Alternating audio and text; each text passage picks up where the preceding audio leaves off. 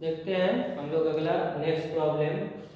ये आपका जो है ना जेई एडवांस 2023 का प्रॉब्लम है। पेपर 2 का हम लोग एनालिसिस कर रहे हैं। ठीक है, अब यहाँ पे देखिए आपको एक फंक्शन जो है ना पर्टिकुलर डोमेन में आपको डिफाइन किया गया है। इसका डोमेन है आपका 1 से इंफिनिटी टू आर के बीच में कोई फंक्शन डिफाइन किया गया है। लेकिन फंक्शन कैसा नेचर का है? फंक्शन आपका डिफरेंशिएबल नेचर का है और f(1) पे वैल्यू क्या दे रहा है आपको? 1/3 दे रहा है। और आपको जो फंक्शन दिया है यहाँ पे कुछ इंटीग्रल फॉर्मेट है और प्लस समथिंग आपको दिया है। ये डोमेन आपका 1 to इंफिनिटी के बीच में आपको दिया गया है और ई जो है आपका ये आपका डिनोट करता है, आपको नेचुरल लॉग को डिनोट करता है। तो कहता है इस फंक्शन में आप f ऑफ e का वैल्यू बताइए। आपके पास 4 ऑप्शन है a, b, c और d।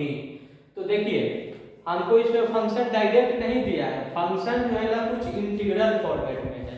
तो इस तरह के कभी भी इंटीग्रल फॉर्मेट में यदि कोई वेरिएबल होता है तो हम लोग उसमें क्या करते हैं, इसमें अप्लाई करते हैं। हम लोग इसका जब सॉल्यूशन करते हैं तो इसमें हम लोग अप्लाई करेंगे लेबनिज थ्योरम का। लेबनिज थ्योरम को हम लोग इसमें अप्लाई करते हैं। तो लेबनिज थ्योरम इसको क्या कहता है, ये जो फंक्शन है इसको अब हम लोग डिफरेंशियल, ये फंक्शन आपका डिफरेंशियल फॉर्म में है तो हम इसको डिफरेंशियल फॉर्म में लिखेंगे। तो यहाँ से हो जाएगा आपका 3 into और ये वैल्यू अब आप इसमें पुट कीजिएगा तो ये आपका हो जाएगा fx और x का डिफरेंशिएशन 1 हो जाएगा माइनस यहाँ से हो जाएगा आपका f of 1 और 1 का डिफरेंशियल क्या होता है? 0 होता है।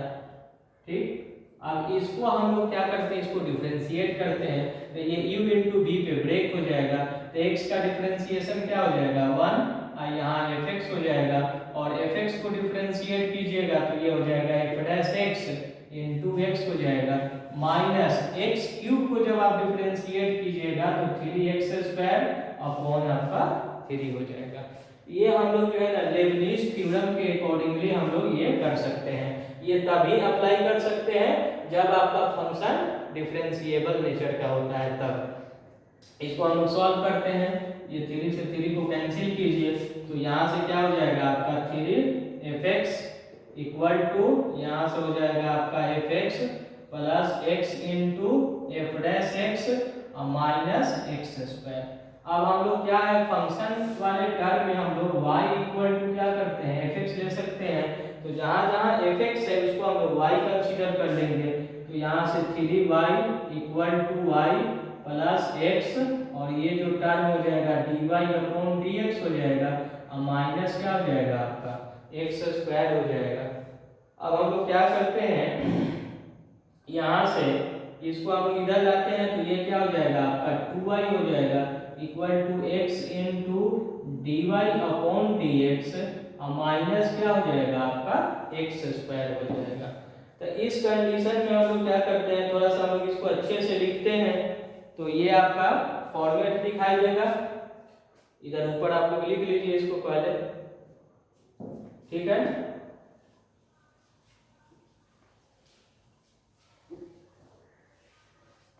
तो यहाँ से जब हम लोग इसको लिखेंगे यहाँ से x इंटू ये हो जाएगा आपका dy/dx और माइनस x² इक्वल टू हो जाएगा आपका 2y हो जाएगा। इसको x से आप इसको डिवाइड कर दीजिए। तो x से जब आप इसको डिवाइड कीजिएगा तो यहाँ से ये हो जाएगा आपका dy/dx minus x equal to 2y/x हो जाएगा।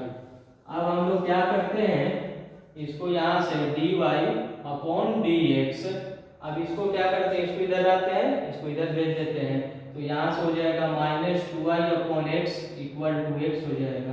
तो यहाँ से देखिए p का वैल्यू कितना हो जाएगा, तो आप देखिए ये जो आपका इक्वेशन है ये आपका लीनियर डिफरेंशियल इक्वेशन होता है। इसको हम लोग बोलते हैं लीनियर डिफरेंशियल इक्वेशन। तो लीनियर डिफरेंशियल इक्वेशन को सॉल्व करने के लिए हम पहले क्या करते हैं, p को कंसीडर करते हैं। तो p का वैल्यू हो जाएगा -2/x और क्यूब का वैल्यू हो जाएगा आपका x। तो अब हम लोग इसका क्या करते हैं, लीनियर डिफरेंशियल इक्वेशन टर्म होने के चलते हम लोग इसका IF कंसीडर करते हैं, इसका इंटीग्रेटिंग फैक्टर निकालते हैं। तो इसके इंटीग्रेटिंग फैक्टर के लिए E integral P into dx का यूज करते हैं। E इंटीग्रल और P का वैल्यू है आपका -2/x इंटू dx। तो e का पावर -2 है, ये हो जाएगा log x, मतलब x का पावर -2 इक्वल टू 1/x²। तो ये इसका IF का वैल्यू हम लोग कंसीडर कर लिए, इधर आप लोग लिख लिए होंगे। तो यहाँ से हम लोग इसको क्या करते हैं, अब इसका हम लोग जो है ना ये लीनियर डिफरेंशियल इक्वेशन का हम लोग सॉल्यूशन कंसीडर करते हैं। इसका सॉल्यूशन कंसीडर कीजिएगा तो y इंटू IF तो 1/x² equal to integral q, तो q का value x into IF 1/x² into dx, अब प्लस क्या होता है c होता है। तो इस कंडीशन में हम इसको सॉल्व करते हैं तो y/x² इक्वल टू यहाँ से हो जाएगा इंटीग्रल 1/x dx, अब प्लस क्या हो जाएगा c हो जाएगा। तो यहाँ से हो जाएगा y/x² इक्वल टू ये हो जाएगा log x mod, अब प्लस आपका c हो जाएगा। अब देखिए एक आपको टर्म दिया है, ये फंक्शन जो है ना x इक्वल टू 1 पर y का वैल्यू कितना कंसीडर कर रहा है, 1/3 कंसीडर कर रहा है। तो यहाँ से हम लोग इसको क्या करते हैं 1 इंटू 1 और 1/3 से हम लोग इसको क्या कराते हैं, इसको पास करा देते हैं। ठीक है, हमको दिया है f(1) पे y का वैल्यू कितना है 1/3 है, तो आप लोग इसको इससे पास कराएंगे तो y का वैल्यू है 1/3।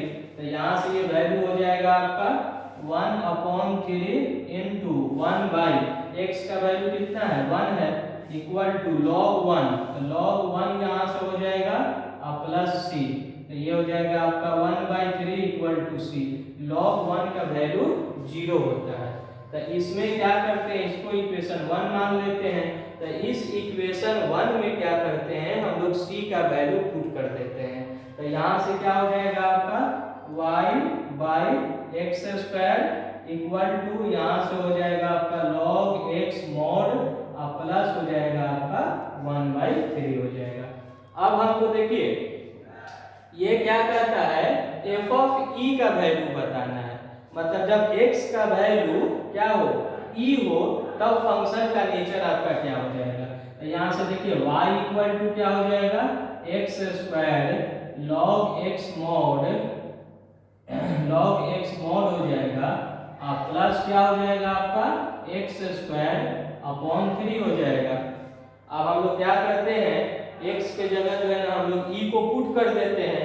तो e को पुट करेंगे तो यहाँ से इसका रिजल्ट आपका क्या हो जाएगा y इक्वल टू ये हो जाएगा आपका e² हो जाएगा और यहाँ से हो जाएगा log e हो जाएगा और यहाँ से हो जाएगा प्लस e² अपॉन 3 हो जाएगा।